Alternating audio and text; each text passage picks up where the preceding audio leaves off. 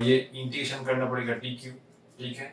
अच्छा ये होगा के एक्स डी एक्स, एक्स का लिमिट क्या होगा, एक्स का लिमिट कूलम का टोटल कंट्रीब्यूशन भी नहीं आएगा।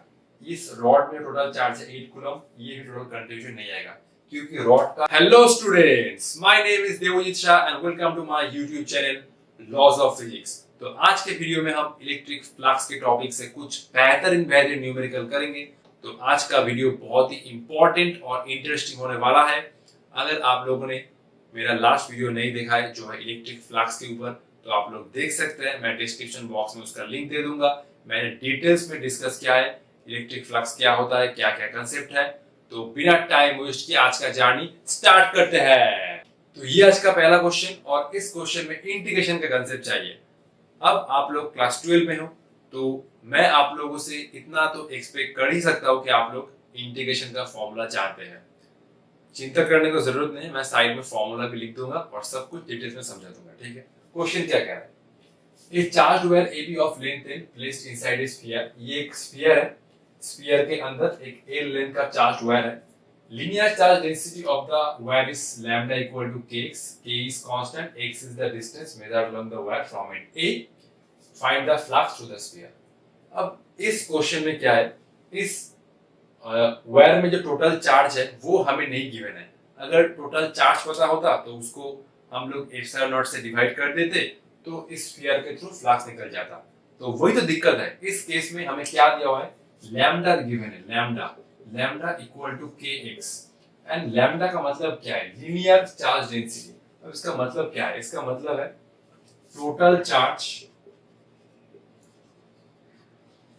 पर यूनिट लेंथ, ठीक है। Total charge per unit length, इसका मतलब क्या है, पर यूनिट लेंथ में जो चार्ज है वो है लैम्डा। इस वायर में जो चार्ज है वो यूनिफॉर्म डिस्ट्रीब्यूशन नहीं है। मतलब मान लो कि कुछ सेंटीमीटर का है, ठीक है, मान लो, तो हर एक सेंटीमीटर पे जो चार्ज का डिस्ट्रीब्यूशन हो रहा है वो अलग है। हर एक सेंटीमीटर पे सेम चार्ज नहीं है, हर एक सेंटीमीटर के बाद चार्ज का डिस्ट्रीब्यूशन अलग हो रहा है। इसीलिए देख सकते हो लैम्डा एक्स के साथ वैरी कर रहा है। कैसे, के एक्स, एक्स क्या है, मान लो ये कुछ एक्स है, ठीक है। अब मैंने देखो, अगर मैंने x इक्वल टू 0 पुट किया तो लैम्डा आएगा 0। मान लो कि x इक्वल 2 पुट किया तो लैम्डा आएगा 2 के, ठीक है। तो इस तरह से देख सकते हो कि इस वायर में जो लीनियर चार्ज डेंसिटी है वो कांस्टेंट नहीं है, मतलब चार्ज का जो डिस्ट्रीब्यूशन है वो यूनिफॉर्म नहीं है, ठीक है। तो इस केस में हमें नेट चार्ज निकालने के लिए इंटीग्रेशन का सहारा लेना होगा। मैं क्या कर रहा हूं, मैं ये x डिस्टेंस जाके एक छोटा सा एलिमेंट ले रहा हूं, ठीक है, जिसका लेंथ हुआ dx, और इस पोर्शन में जो चार्ज होगा वो होगा स्मॉल dq, ठीक है। तो चार्ज विद इन dx, ये कितना होगा dq, और ये बन जाएगा लैम्डा इनटू dx। अब मैंने ये कैसे लिखा, लैम्डा dx कैसे चार्ज रिप्रेजेंट कर रहा है, लैम्डा का मतलब क्या है, चार्ज पर यूनिट लेंथ। अब ये dx का क्या डायमेंशन है, लेंथ, तो length length cancel, lambda dx basically charge का डायमेंशन रिप्रेजेंट कर रहा है, ठीक है। तो लैम्डा क्या है, kx dx। अब हमें नेट चार्ज निकालने के लिए क्या करना पड़ेगा, इंटीग्रेशन करना पड़ेगा। तो simple, charge with in AB, ठीक है, ये क्या होगा q, और ये इंटीग्रेशन करना पड़ेगा dq, ठीक है। अच्छा ये होगा kx dx, x का लिमिट क्या होगा, x का लिमिट होगा x इक्वल टू 0 से x इक्वल टू l, ठीक है। ये बन जाएगा x इक्वल टू l, ठीक है। मैं इसको थोड़ा साइड में लिख रहा हूँ, तो ये बनेगा कुछ kx dx x equal to 0 to x equal to l, ठीक है। अच्छा ये कितना होगा, k तो बाहर आया, x dx का इंटीग्रेशन कितना होता है, x square by 2, 0 to l। अब सर ये कैसे हुआ, देखो इंटीग्रेशन का फॉर्मूला क्या था, x to the power n dx का क्या फॉर्मूला था, x to the power of n plus 1 divide by n plus 1। तो इस केस में आ रहा है x dx, x का पावर कितना 1, तो x to the power of 1 plus 1 divide by 1 plus 1, ये आ रहा है x स्क्वायर बाई 2, सिंपल। और ये डेफिनेट इंटीग्रल है, तो ये 2 बाहर आएगा, x की जगह एक बार n लिखो, स्क्वायर माइनस 0 का स्क्वायर, ये बन जाएगा KL²/2। ठीक है, अब हम लोग गॉस थ्योरम यूज करेंगे, क्योंकि इस स्फीयर में नेट चार्ज कितना है, जो इस वायर का चार्ज है वही है नेट चार्ज। तो simple by Gauss theorem phi कितना होगा, फाई होगा net charge Q pi epsilon naught. Q क्या है, इस वायर में जो टोटल चार्ज है वही तो है इस स्फीयर में टोटल चार्ज ना, क्योंकि ये वायर तो स्फीयर के अंदर है, तो इस वायर में जो इतना चार्ज है वही है इस स्फीयर में टोटल चार्ज। ठीक है, तो ये बनेगा फाई इक्वल टू Q कितना है KL²/2, ये बनेगा KL² / 2 इंटू एप्सिलॉन नॉट।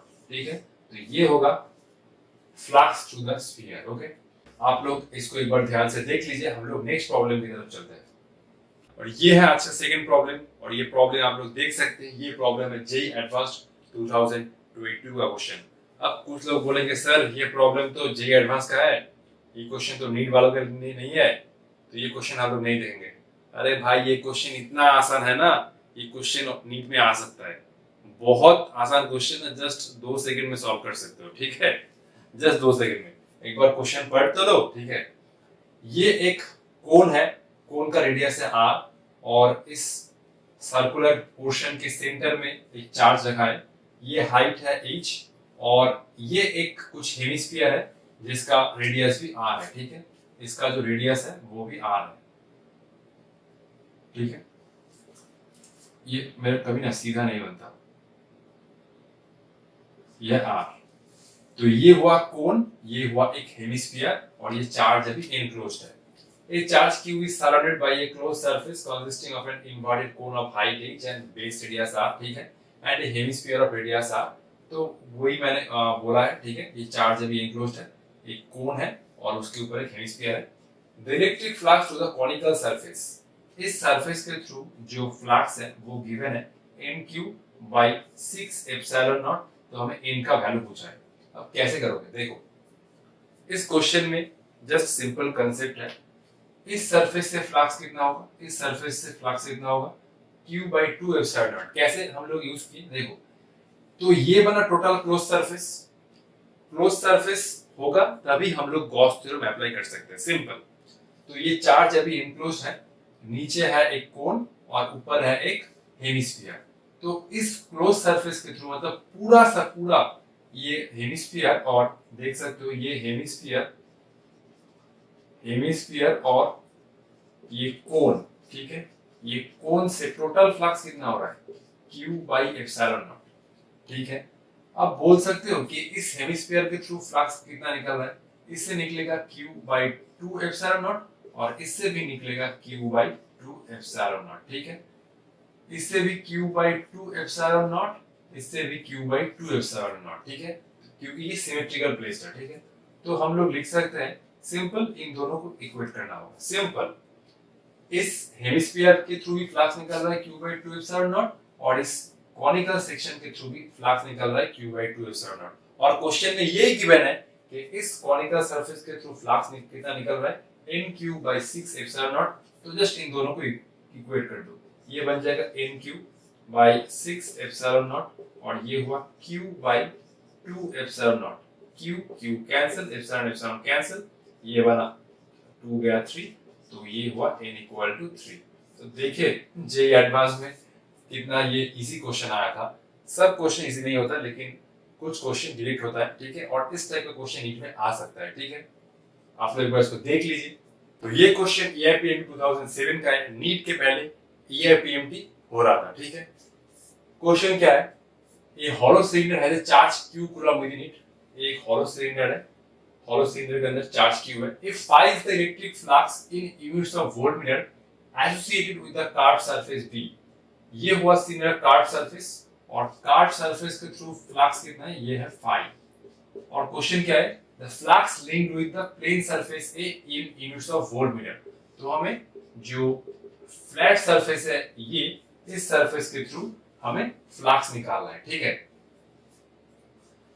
तो क्वेश्चन में यही बोला है जो चार्ज है वो सिलेंडर के अंदर सिमेट्रिकली प्लेस्ड है।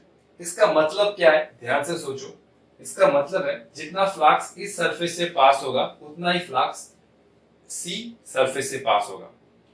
तो इसका मतलब क्या है, इस चार्ज से जितना इलेक्ट्रिक फील्ड लाइन इस सरफेस से पास करेगा, इस सरफेस से उतना इलेक्ट्रिक फील्ड लाइन पास करेगा। मतलब इन दोनों सरफेस से फ्लक्स सेम ही होगा। इससे भी इक्वी डिस्टेंट है, इससे भी इक्वी डिस्टेंट है।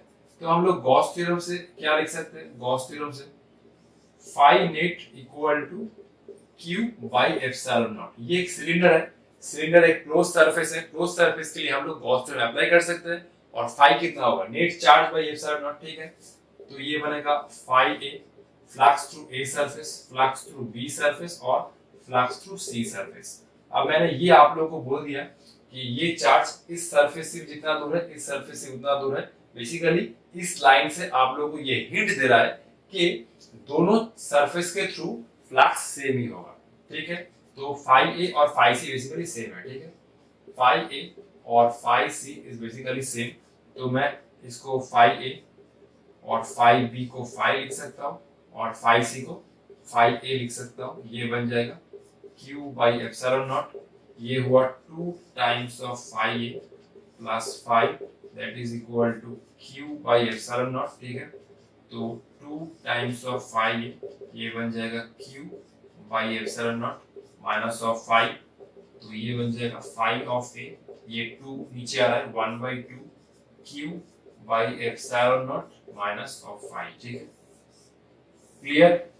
तो कौन सा ऑप्शन होगा, that is option number B, ठीक है। इस टाइप का प्रॉब्लम नीट के लिए स्पेशली बहुत ही इंपॉर्टेंट है, ठीक है। ये क्वेश्चन तो एकदम हलवा सवाल है। इलेक्ट्रिक फील्ड गिवन है जो है XY प्लेन में। अब क्वेश्चन क्या बोल रहा है, the ratio of flux of given field through the rectangular surface of area 0.2 metre square parallel to YZ plane to that of the surface area 0.3 metre square parallel to XZ plane is as to be find A and B। तो दोनों area given है, ठीक है।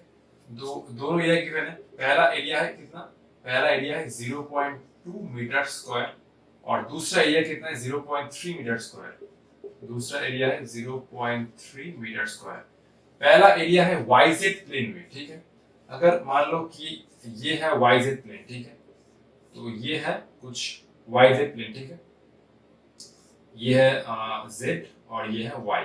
तो YZ plane के perpendicular axis कौन सा होता है, X एक्सिस। और X एक्सिस के करस्पॉन्डिंग होता है यूनिट I कैप।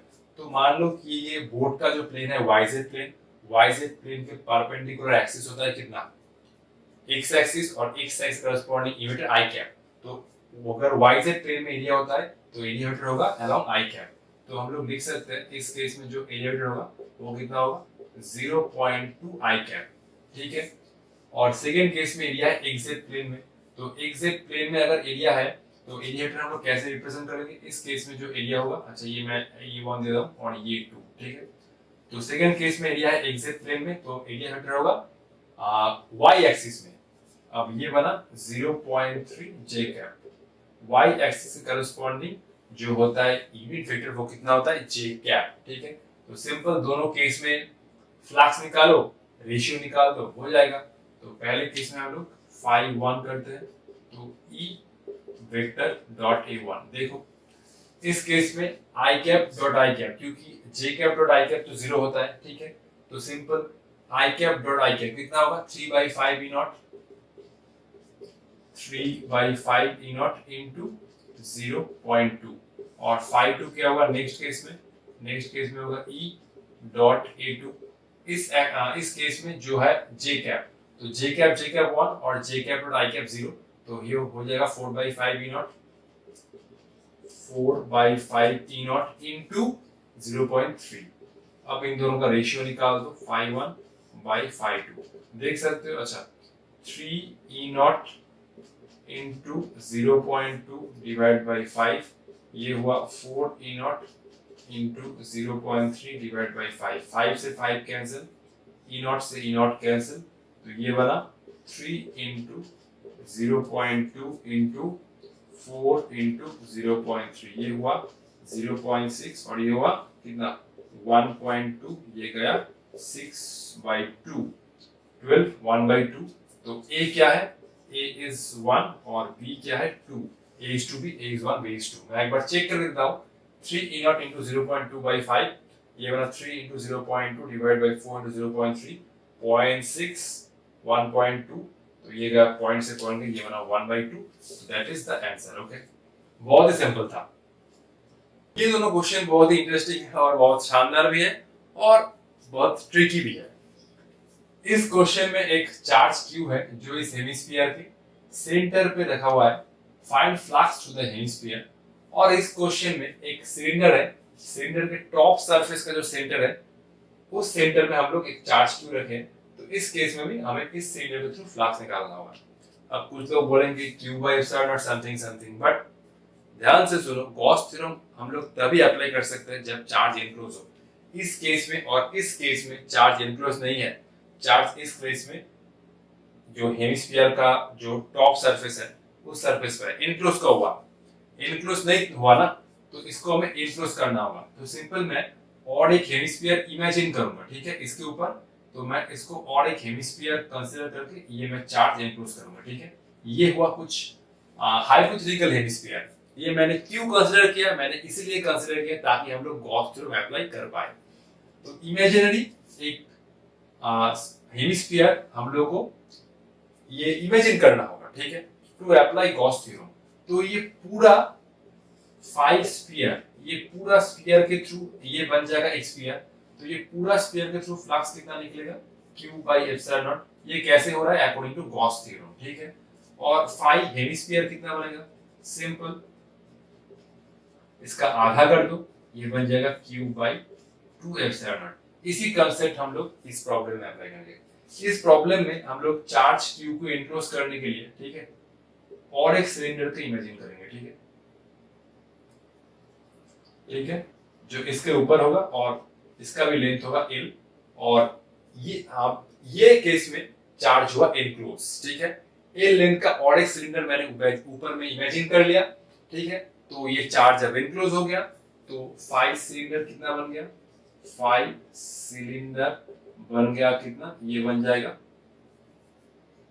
5 सिलेंडर, ये बन जाएगा q बाई एप्सिलॉन नॉट और 5 थ्रू हाफ सिलेंडर, ठीक है। ये तो हाफ था, तो ये हाफ सिलेंडर कितना हो जाएगा? ये हो जाएगा q बाई 2 एप्सिलॉन नॉट। और इसी कंसेप्ट का एक प्रॉब्लम ऑलरेडी मैंने कुछ टाइम पहले जो जेई एडवांस का प्रॉब्लम था, कुछ nq बाई 6 एप्सिलॉन नॉट, उसी कंसेप्ट को हम लोग उस प्रॉब्लम में अप्लाई किए थे, ठीक है। एक बार इसको देख लो, जस्ट अगर इस टाइप का कोई फिगर आता है तो उसको कंप्लीट करो और हाफ से मल्टीप्लाई कर दो, ठीक है। ये क्वेश्चन बहुत ट्रिकी है, ठीक है। इस क्वेश्चन में देख सकते हो आप लोग कि ये एक स्क्वायर प्लेट है और, ठीक है, और इस स्क्वायर प्लेट के सेंटर से a/2 हाइट पर ये एक चार्ज क्यू है। मान लो ये जो मेरा हाथ है ये एक स्क्वायर प्लेट है, ठीक है। अब इसका हर एक साइड का जो लेंथ है, अब इस हाथ के जो सेंटर है, इस सेंटर से a/2 हाइट पर एक चार्ज है q। तो हमें इस सरफेस के, मतलब ये स्क्वायर के थ्रू फ्लक्स निकालना है, ठीक है। कैसे करोगे? गॉस थ्योरम अप्लाई नहीं कर सकते क्योंकि ये 3 डायमेंशनल फिगर नहीं है, मतलब चार्ज एनक्लोज नहीं है। तो ध्यान से सोचो, अगर एक ऐसा क्यूब होता है, क्यूब का मैं अगर साइड ए ले लूं तो ये बन जाएगा क्यूब का सेंटर। कैसे? देखो ध्यान से,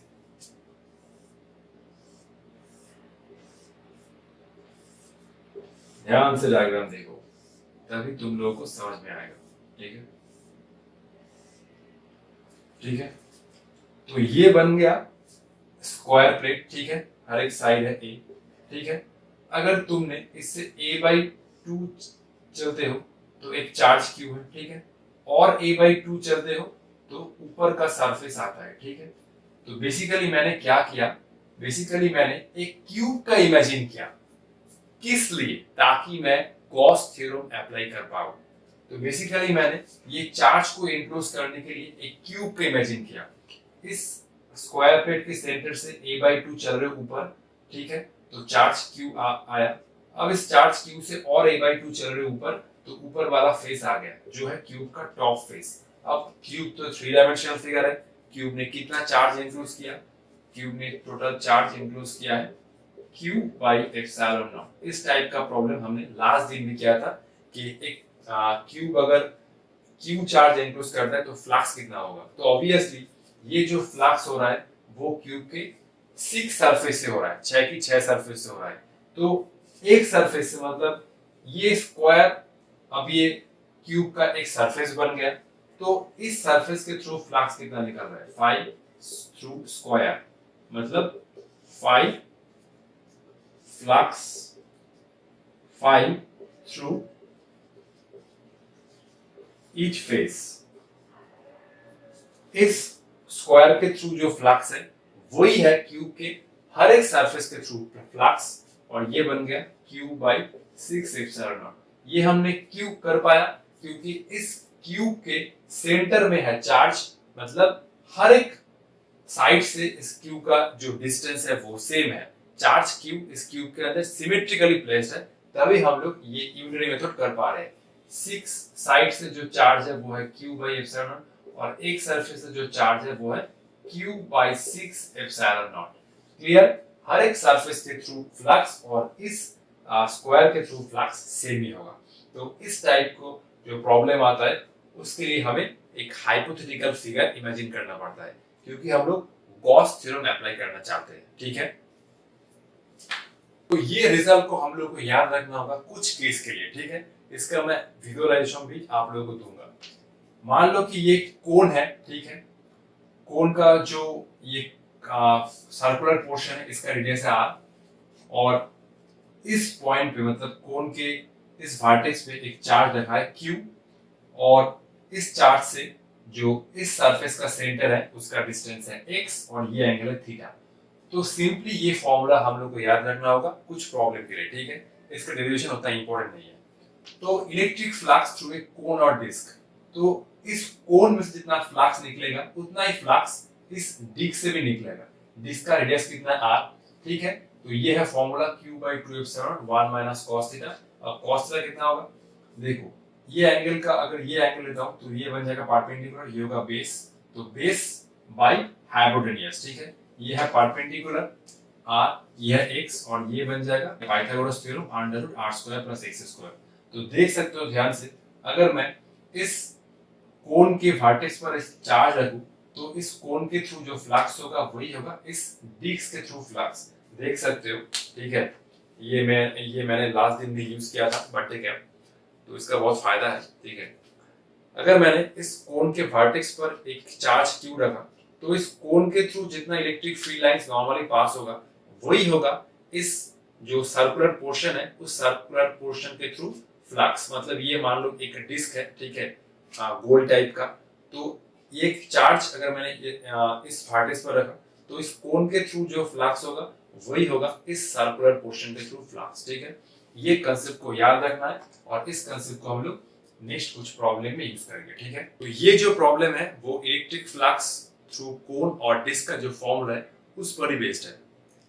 एक बात आप लोगों से मैं कहना चाहता हूँ, वो मुझे बहुत टाइम से हंसी आ रहा है।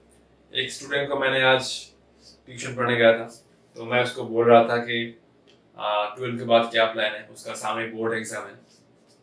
तो नॉर्मली स्टूडेंट क्या बोलेगा, सर डॉक्टर बनना चाहता हूँ, मतलब या इंजीनियर या टीचर या कुछ अलग हो सकता है। ठीक है, तो उस स्टूडेंट ने मुझे बोला कि सर मैं दुबई जाके तेल बेचना चाहता हूँ। मैं ना पूरा हंस दिया उसके सामने।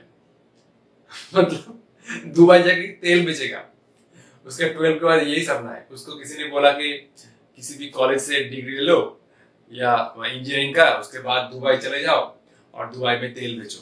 उसको मैंने बोला कि क्या तुम्हारा कोई ससुर बैठा है कि दुबई में तेल बेचने का धंधा कर रहा है।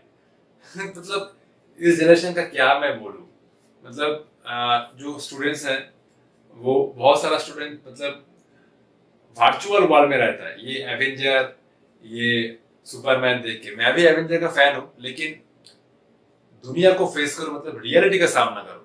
ठीक है, जो रियलिटी में एग्जिस्ट नहीं करता है उसके बारे में सोच के कोई फायदा नहीं है। ठीक है, रियलिटी को फेस करो, तभी हम लोग जो अपना जीवन है उसको आसान बना पाएंगे। ठीक है, तो चलो इस प्रॉब्लम पर चलते हैं।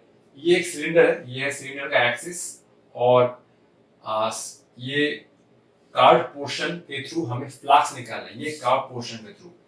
ये दोनों है सिलेंडर का flat surface, radius are.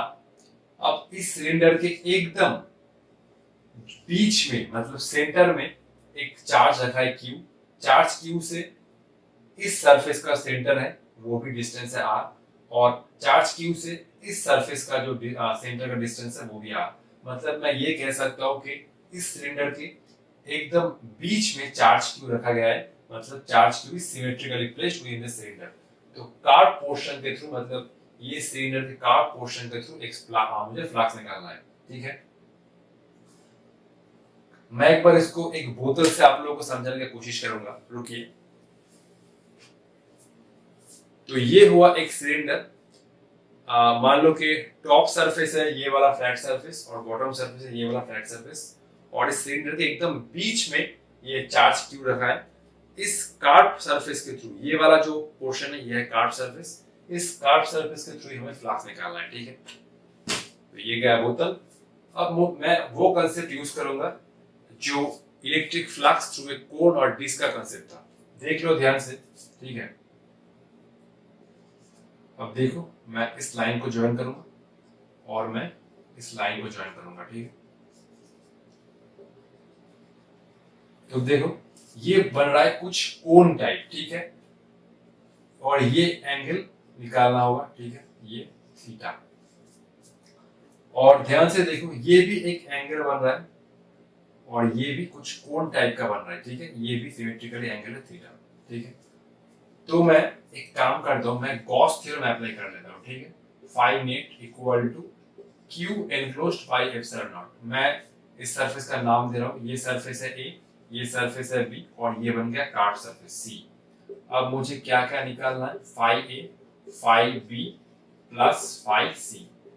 Phi ए क्या है, इस सरफेस के थ्रू फ्लक्स, फाई बी क्या है, इस सरफेस के थ्रू फ्लक्स, और फाई सी क्या है, इस कार्ब सरफेस के थ्रू फ्लक्स जो हमें निकालना है। तो ये बन गया Q बाई एप्सिलॉन नॉट। अब देखो ध्यान से, मैं एक काम करता हूँ, इस सरफेस के थ्रू फ्लक्स निकाल लेता हूँ, ठीक है। अच्छा देखो ये कुछ कोन टाइप का बन गया ना, ये कुछ कोन टाइप का बन गया। अब इस कोन के वर्टेक्स में चार्ज Q रखा गया है, ठीक है। तो फाई ए कितना बनेगा, फाई ए बनेगा Q by 2 epsilon naught 1 minus cos theta, Q by 2 epsilon naught, ठीक है, 1 माइनस cos थीटा। मतलब क्या हुआ, ये हुआ परपेंडिकुलर, ये हुआ बेस, ठीक है, this is base and this is hypotenuse. Hypotenuse कितना बनेगा, ये है r, ये है r, तो हाइपोटेनियस बनेगा सिंपल √2r। थीटा का ऑपोजिट साइड वाला एंगल होता है परपेंडिकुलर, ये हुआ बेस और ये हुआ हाइपोटेनियस। कैसे निकाले, हाइपोटेनियस बाय पाइथागोरस थ्योरम। ये है r r, तो ये √2r। तो cos थीटा कितना बना, बेस बाय हाइपोटेनियस, तो r बाय √2r। तो ये बना r by √2r, r r cancel, ये बन जाएगा Q by 2 epsilon naught 1 minus 1 by √2। अब ध्यान से देखो, जो है इस सरफेस के थ्रू फ्लक्स वही है इस सरफेस के through flux.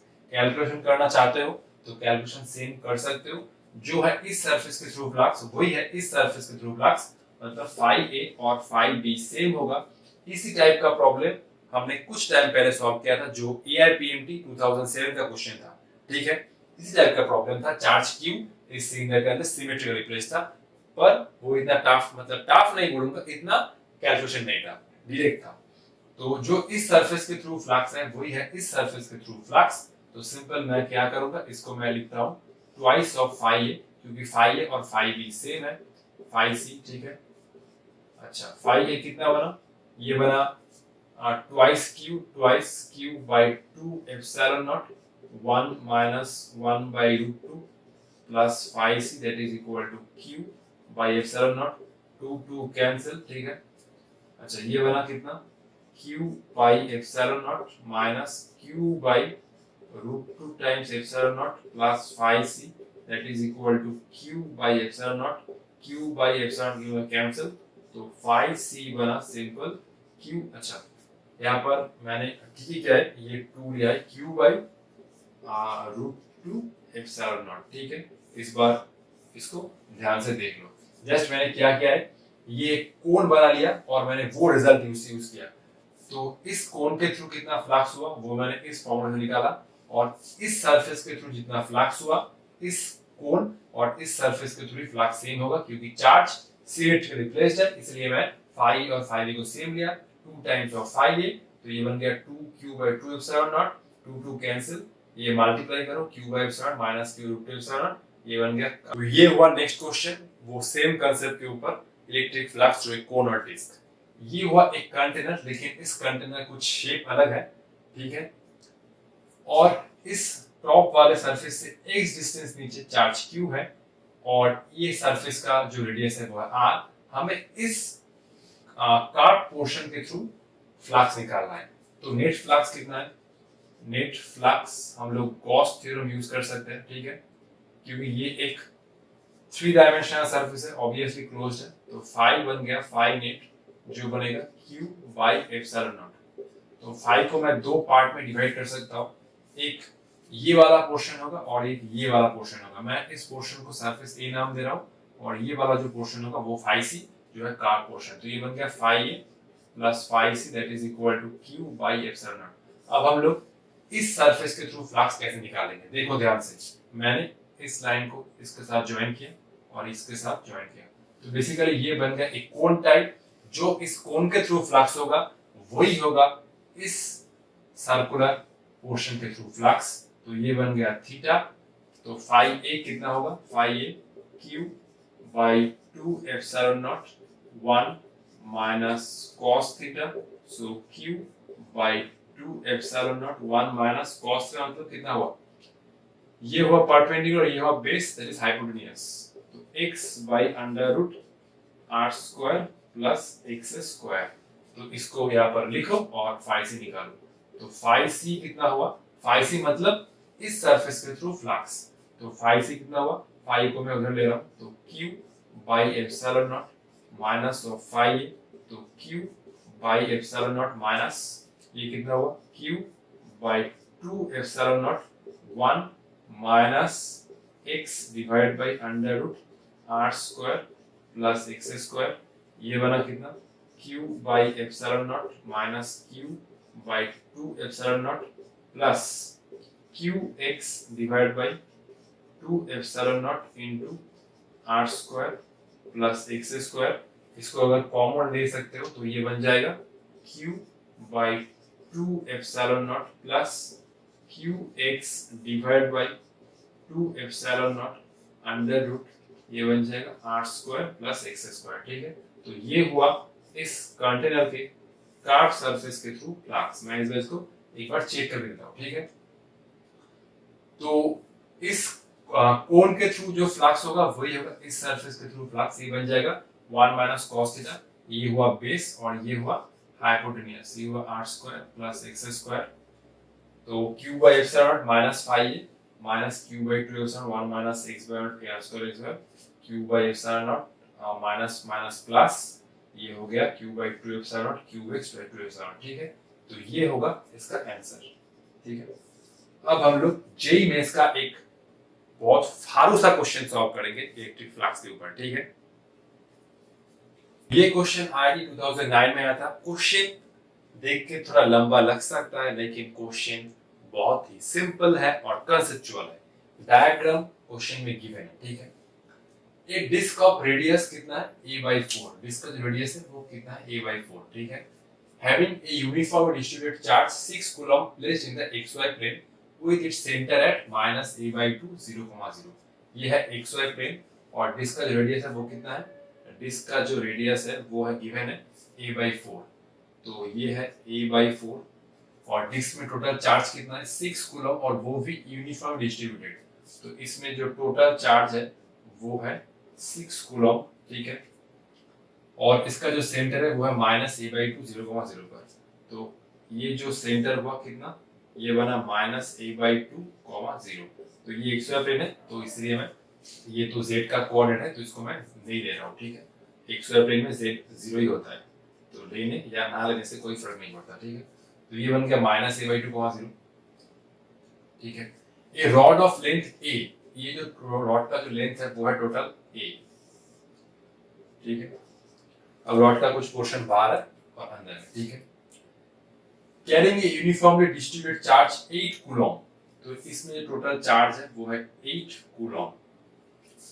Placed on the x axis from x equal to a by 4 to x equal to 5a by 4, तो ये पॉइंट का कोऑर्डिनेट कितना बना, ये पॉइंट का कोऑर्डिनेट बना a by 4 और ये पॉइंट का कोऑर्डिनेट बना 5a by 4, ठीक है। ये x एक्सिस के ऊपर है, ठीक है। 2 point charges -7 coulomb and +3 coulomb are placed at a by 4 -a by 4, 0। पहले इसको देखो ध्यान से, 100 प्लेन में तो 0 ऑलवेज 0, -7 coulomb कहाँ पर है, a by 4 -a by 4, तो ये हुआ a by 4 और नीचे आओ a by 4, तो इस चार्ज का कोऑर्डिनेट कितना बना, ये बना a by 4 और ये है -a by 4, ठीक है।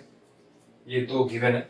और माइनस और +3 कूलम का है, +3 कूलम इधर, इसका कोऑर्डिनेट कितना है -3/4, 3/4 0, तो इसका कोऑर्डिनेट कितना बना, ये हुआ -3a/4, ये हुआ 3a/4, ठीक है।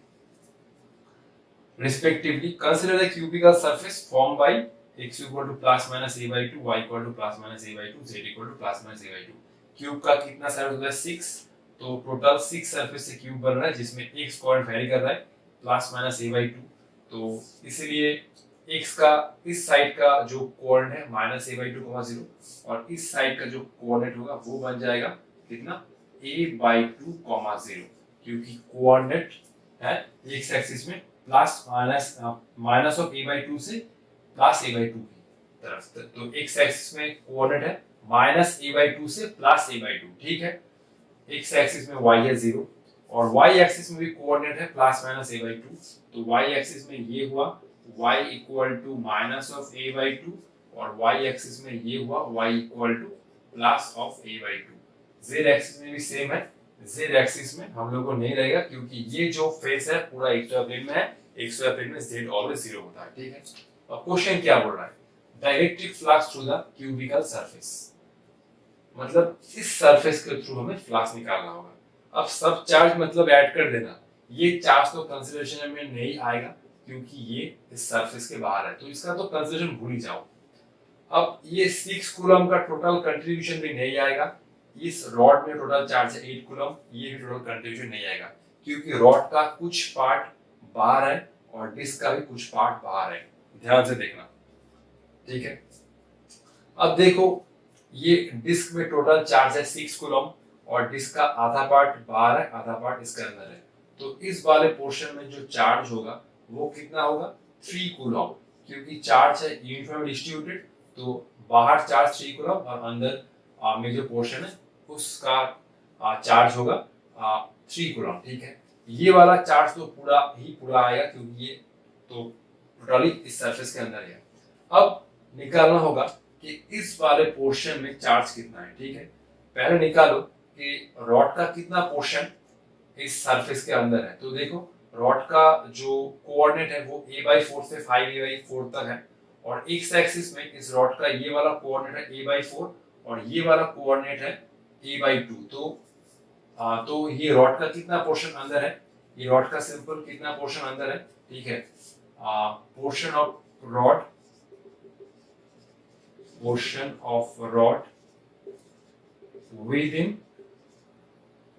x axis, within x axis नहीं, इसको मैं within सरफेस कह रहा हूँ, within सरफेस, तो ये होगा रॉड का जो लेंथ है वो a/4 से 5a/4 तक है, मतलब कोऑर्डिनेट, लेकिन रॉड का कितना पोर्शन इस सरफेस के अंदर है, तो ये बन जाएगा a/2 -a/4, क्योंकि इस पॉइंट का कोऑर्डिनेट है a/4 और इस पॉइंट का कोऑर्डिनेट है a/2, तो ये बन गया a/2 माइनस ऑफ a/4, तो रॉड का इतना पोर्शन इस सरफेस के अंदर है और इतना पोर्शन में हमें चार्ज निकालना है, क्योंकि अगर गॉस थ्योरम अप्लाई करना चाहते हो तो सिर्फ अंदर का ही चार्ज देना होगा, बाहर का चार्ज देने से कोई फायदा नहीं है, ठीक है। तो इस वाले पोर्शन में कितना चार्ज है, इस पोर्शन का लेंथ कितना हुआ, ये हुआ a/4, दैट इज a/4, और देखो रॉड का टोटल लेंथ कितना है a और इस लेंथ में टोटल चार्ज है 8 कूलम, तो a लेंथ में टोटल चार्ज है 8 कूलम, 1 में क्यों कितना हुआ 8c/a, और रॉड का इतना पोर्शन मतलब ये वाला पोर्शन इस सरफेस के अंदर है, तो इस पोर्शन में चार्ज कितना होगा, a/4 में कितना चार्ज होगा, 8c/a इंटू a/4। ये a से a गया, 4 से 2 है, तो ये आ रहा है 2 कूलम। तो इस वाले पोर्शन में जो चार्ज होगा वो होगा सिंपल 2 कूलम। ठीक है,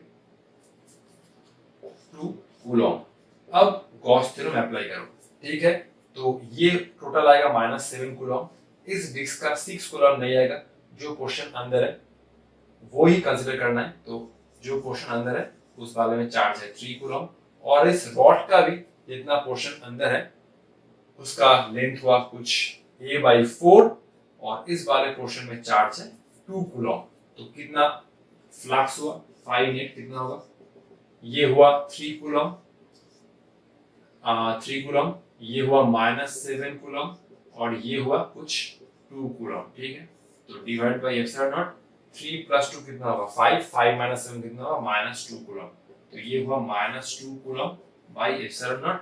ऑप्शन इज ए। ठीक है, ये क्वेश्चन बहुत सिंपल था और कंसेप्चुअल भी था, सिर्फ हमें अंदर का चार्ज कैसे निकलता है वो आइडिया रखना है, और गॉस थ्योरम इसी के ऊपर ही बेस्ड है, net charge with in the surface divide by epsilon naught. ठीक है, तो आज के लिए इतना ही। तो मिलते हैं नेक्स्ट वीडियो में। नेक्स्ट वीडियो में हम लोग गॉस लॉ का एप्लीकेशन स्टार्ट करेंगे, जो है electric field due to infinite wire और electric field due to infinite sheet. उन दोनों का डेरिवेशन करेंगे, बहुत ही सिंपल है, और उन दोनों का जो नीट और जेईई मेंस में क्वेश्चन आता है उनको भी हम डिटेल्स में डिस्कस करेंगे। ठीक है, तो तब तक ऑल द बेस्ट, आप लोग पढ़ाई करते रहे।